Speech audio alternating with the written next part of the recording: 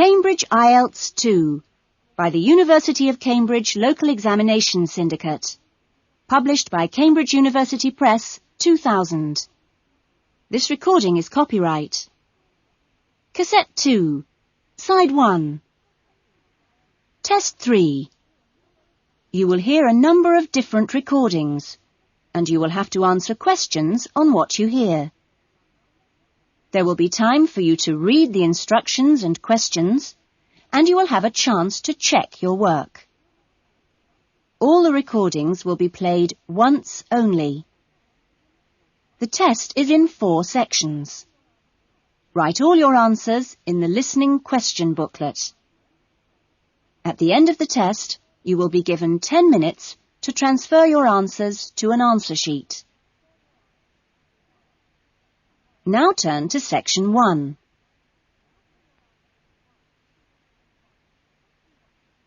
Section 1.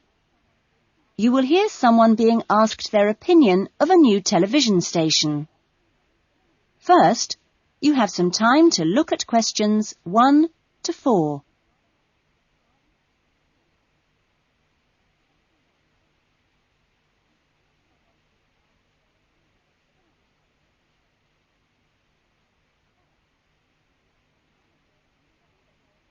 You will see that there is an example that has been done for you. On this occasion only, the conversation relating to this will be played first. Excuse me, I'm sorry to bother you, but would you have time to answer a few questions? What's it about? We're doing some market research for a new television channel starting in 2 years' time. Okay, why not? Lovely. We'll just work through this form. And if we could start with some personal background information? Sure. Right. If I could just have your age? 35. Right. Great. The respondent is 35 years old, so B has been circled. Now we shall begin. You should answer the questions as you listen, because you will not hear the recording a second time. Listen carefully to the conversation and answer questions 1 to 4. Excuse me, I'm sorry to bother you, but would you have time to answer a few questions? What's it about? We're doing some market research for a new television channel starting in 2 years' time. Okay, why not? Lovely. We'll just work through this form. And if we could start with some personal background information? Sure. Right. If I could just have your age? 35. Right. Great. And your job? Systems analyst. But for the form, I don't know whether it would count as professional or business or what. What do you think? Okay, it's more like business. Fine. And would you mind my asking about your salary, or we can leave it blank? No, I don't mind. It's $40,000 a year. Oh, thank you. Right. About your current watching habits. What would you say is your main reason for watching TV? Well, at work, I tend to read for information and what have you, so I'd say that with TV, it probably just helps me relax and unwind. Fine. And how many hours a day, on average, do you watch TV? Not a lot, really. I should say just over an hour. You now have some time to look at questions 5 to 10.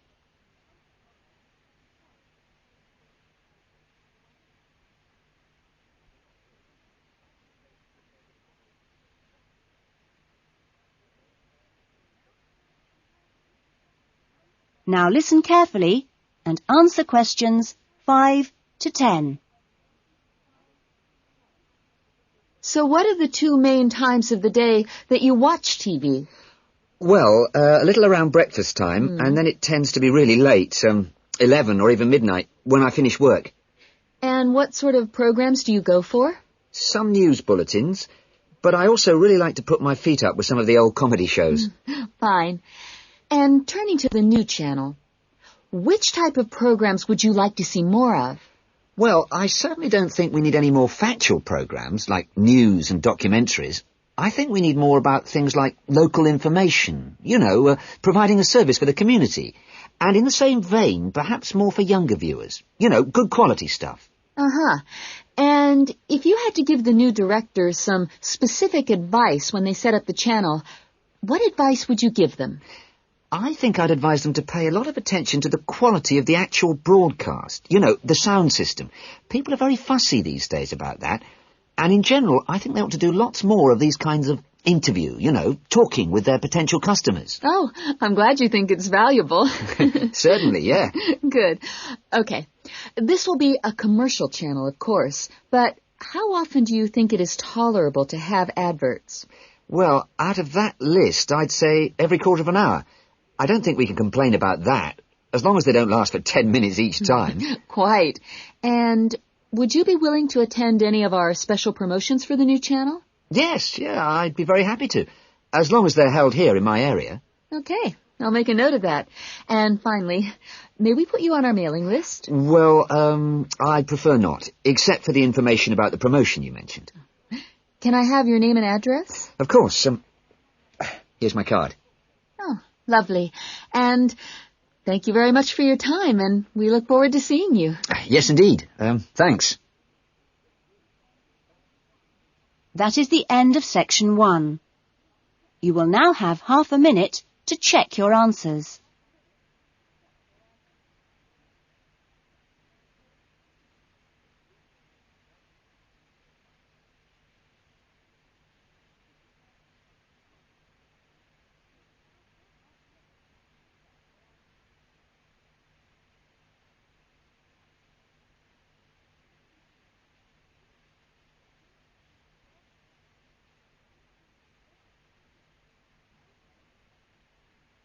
Now turn to section 2.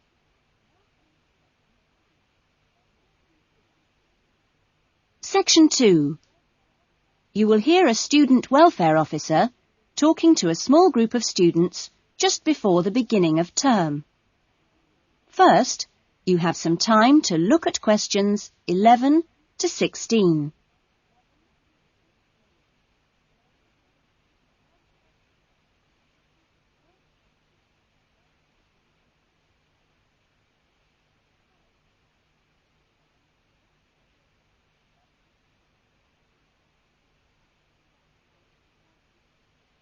Now listen carefully to the talk and answer questions 11 to 16.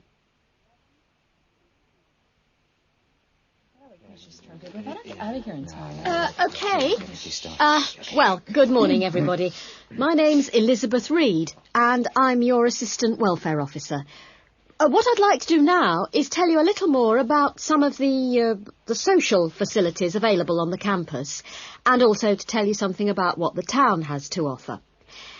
As you probably know already, the Student Union Building is the main centre of social life here, as indeed it is in most British universities. The Union runs a weekly programme of events for all tastes. Oh, everything from discos to talks by guest speakers. Many of these events are fundraising activities for charities, which the Union takes very seriously. They manage the Students' Union paper shop, selling magazines and newspapers, as well as stationery, sweets and so on. Let me see.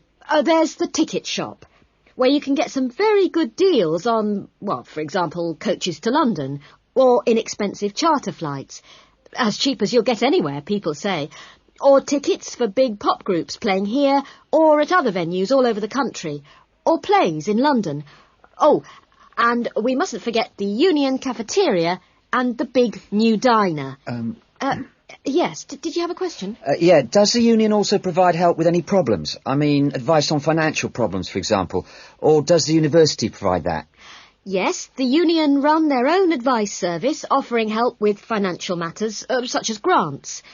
I'm sure you realise anything medical should be discussed with the University Medical Service, which also has an excellent counselling centre. I think that was made clear yesterday. However, the Union has its own officer who can give advice on legal problems. You now have some time to look at questions 17 to 20.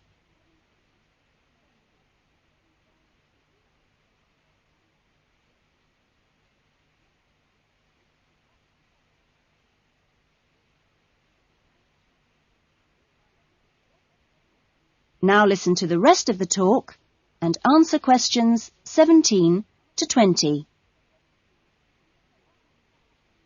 Now, on to Radford.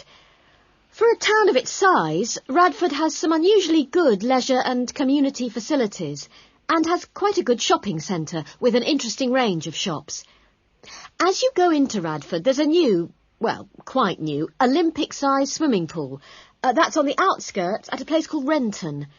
Above the pool, there's a high-tech fitness centre. Are there any ice skaters here? No? Oh, pity. The facilities for ice skating are excellent. Well, the new Metro Tower, right in the centre of town, has got an ice rink and a sports hall for squash, badminton, volleyball and several other indoor sports. And in the same building, there's a new cinema with 6 screens. Then, let me see, in the main square, just 2 minutes' walk from the Metro Tower, there's the Theatre Royal, which often gets London productions on tour. And in the streets nearby, you can find a good range of inexpensive restaurants, including Indian, Chinese, Thai and Italian.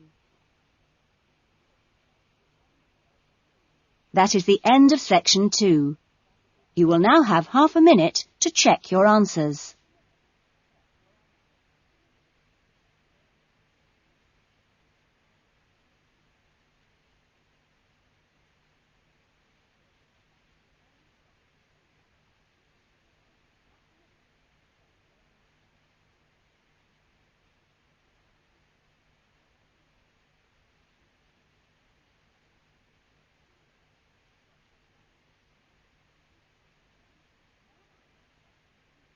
Now turn to section 3.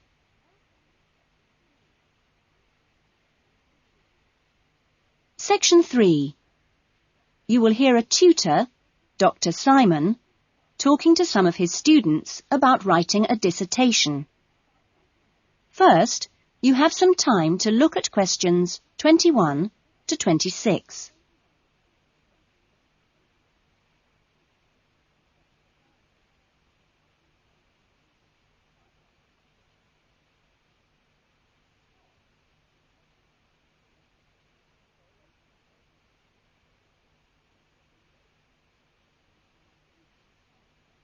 Now listen to the discussion and answer questions 21 to 26. Welcome back to the new term. Hope you've had a good break and that you're looking forward to writing your dissertation. Now, what I'd like to do in this session is give you the opportunity to ask questions on writing the dissertation. Requirements, milestones, who to see when you need help. It's very informal. It may all be written on paper, but it's nice to get it confirmed. So, anything you'd like to ask? Dr. Simon, is there a fixed hand-in date yet? Right, I can confirm that that's the 21st of May, not the 20th, as we first stated. OK? Jane? What about the word limit? Well, we try to be pretty flexible on this, but in broad terms, it's 18 to 20,000. Ah. And you can choose your topics, anything from years 2 and 3. Yes? I still haven't got any idea what I want to do it on. Who... Well, you should see your course tutor to agree on your final title, and you should also be aware that there's a special programme running on research methods for anyone who wants some extra help on that. Can I just check on the deadlines for everything? Yes, sure. Look, let me write it on the board. When the different stages have to be completed. First of all, you've got to work on your basic bibliography. And that's due into your course tutor by the 31st of January, which is just 2 weeks away, so you'd better get a move on that. Do we have to have our own draft plan by then? No, your draft plan is due on the 7th of February, which is a week later, so that should give you plenty of time. And when do we have to be doing the research? That's over a 1-month period, essentially February to March. And the write-up? Well, you can't really get going on your writing until you've got quite a bit of the research done. So that's really March to May, with the hand-in date on the 21st. Any more questions? Now you have some time to look at questions 27 to 30.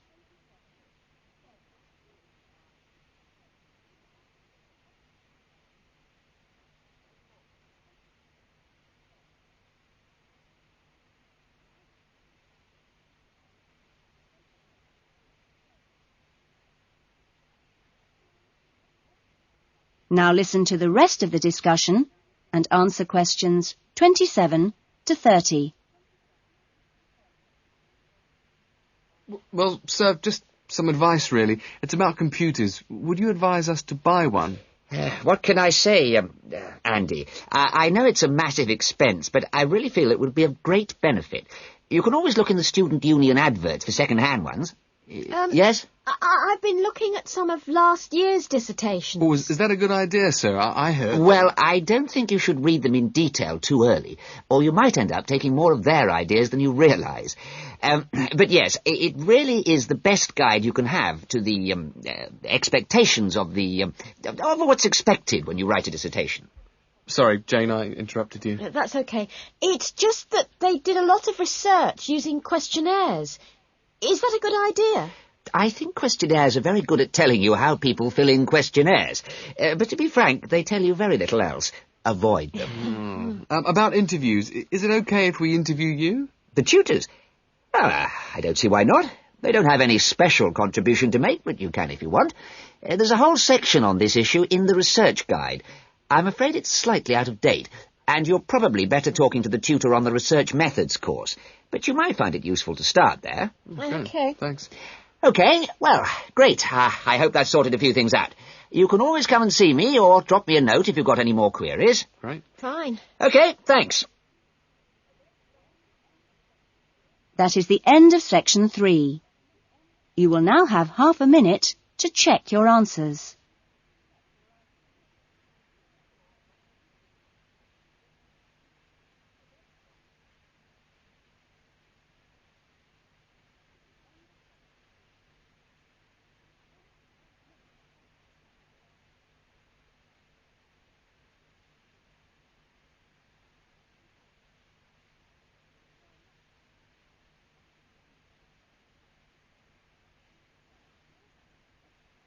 Now turn to section 4.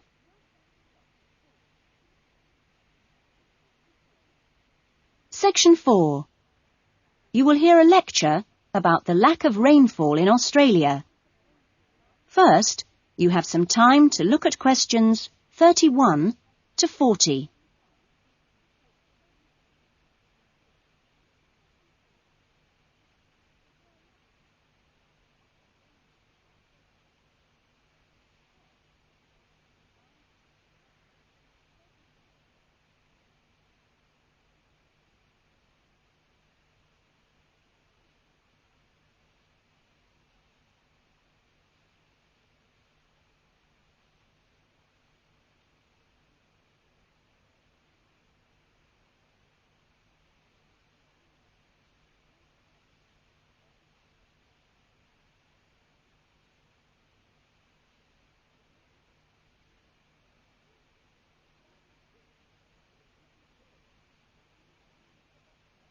Now listen to the lecture and answer questions 31 to 40. Good morning. This morning, we are continuing our look at Australia and its natural problems. Actually, dryness, or aridity, as it is generally called by geographers, is probably the most challenging of Australia's natural problems. And so it's very important in this course for you to have a good understanding of the subject. For Australia, water is a precious resource, and its wise management is of the greatest importance. As I've said, Australia is a dry continent, second only to Antarctica in its lack of rainfall. Long hours of hot sunshine and searing winds give Australia an extremely high rate of evaporation, far more than in most other countries. It's estimated that approximately 87% of Australia's rainfall is lost through evaporation, compared with just over 60% in Europe and Africa, and 48% in North America. You generally think of Africa as being a very hot and dry place, but it's not in comparison with Australia. In many parts of Australia, standing water, that is, dams, puddles and so forth, dry up rapidly, and some rainfall barely penetrates the soil. The reason for this is that the moisture is absorbed by thirsty plants. Some parts of Australia are dry because rainwater seeps quickly through sandy soils and into the rock below. In parts of Australia, this water, which seeps through the sandy soil, collects underground to form underground lakes. Water from these subterranean lakes can be pumped to the surface and tapped, and so used for various purposes above the ground. In fact, extensive underground water resources are available over more than half of Australia's land area. But most of the water is too salty to be used for human consumption or for the irrigation of crops. However, most inland farmers do rely on this water for watering their animals and, where possible, to a lesser extent, for irrigation. Underground water can flow very large distances and can be kept in underground reservoirs for a very long time. Water from these underground reservoirs bubbles to the surface as springs in some parts of the country, and these rare sources of permanent water were vital to early explorers of inland Australia and to other pioneers last century who used the springs for survival. But in many places, levels have fallen drastically through continuous use over the years. This has necessitated the pumping of the water to the surface. Remarkably, underground water sources in Australia supply about 18% of total water consumption. So you can see it's quite an important source of water in this dry land. So, most of the consumption of water in Australia comes from water which is kept above ground. More than 300 dams regulate river flows around the country. The dams store water for a variety of functions. The rural irrigation of crops, without which many productive areas of the country would not be able to be farmed. The regulation of flooding, a serious problem which will be dealt with later in the course. And last but not least, the harnessing of the force of gravity for the generation of electricity. That is all we have time for this morning, but you'll be able to do further study on this important area in the library. I have a handout here with references on the subject, so if you're interested, please come up to the desk and take a copy. Next week's lecture is a case study of an outback farm, and it'll be going into detail about some of the problems we've discussed here. That is the end of section 4. You will now have half a minute to check your answers.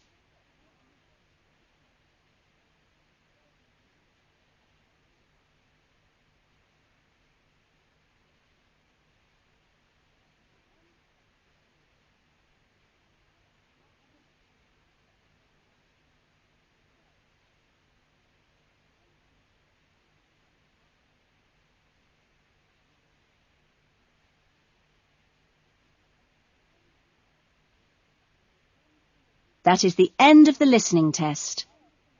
In the Ielts test, you would now have 10 minutes to transfer your answers to the listening answer sheet. That is the end of side 1.